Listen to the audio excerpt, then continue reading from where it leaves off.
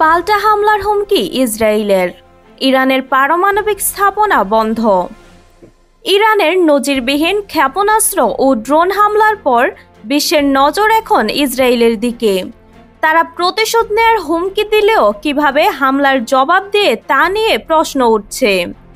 এমন পরিস্থিতিতে ইসরায়েলের হামলার আশঙ্কায় নিজেদের পারমাণবিক স্থাপনাগুলো বন্ধ রেখেছে ইরান। আবার তেহরানের বিরুদ্ধে ইসরায়েলের ব্যাপক কূটনৈতিক তৎপরতা শুরু করেছে। সাধ্যের মধ্যে অরিজিনাল ব্যবহৃত ল্যাপটপ কিনুন, নিজের শখ পূরণ করুন।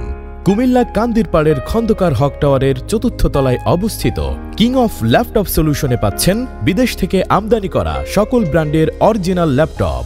স্বল্প দাম আর শতভাগ অরিজিনাল ও গ্যারান্টি ওয়ারেন্টি সহ ল্যাপটপগুলো দেখতে আজই চলে আসুন।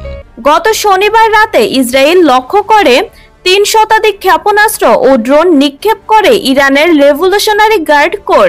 ইসরায়েলের দাবি, এসব ক্ষেপণাস্ত্র ও ড্রোনের অধিকাংশই রুখে দেওয়া গেছে।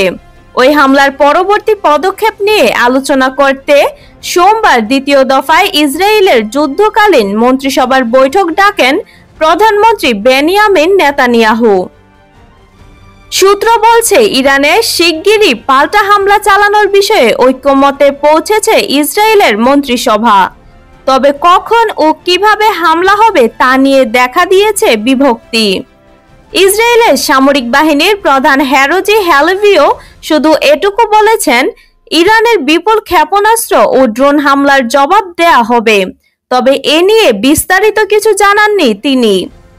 ইসরায়েল পাল্টা হামলা চালালে গাজা সংঘাতের কারণে আগে থেকে সংকটে থাকা মধ্যপ্রাচ্য অঞ্চল আরও অস্থিতিশীল হয়ে উঠবে। এটাই স্বাভাবিক। এমন পরিস্থিতি এড়াতে ইসরায়েলকে সংযত থাকার আহ্বান জানিয়েছে বিভিন্ন দেশ ও আন্তর্জাতিক সংস্থা। বিষয়টি মাথায় রেখে ইসরায়েলও সীমিত পরিসরে পাল্টা জবাব দিতে পারে বলে এক প্রতিবেদনে জানিয়েছে সংবাদ মাধ্যম NBC news.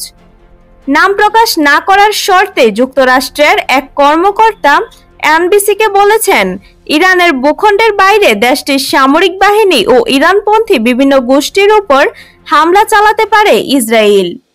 Shamima Sultana, news desk, news plus.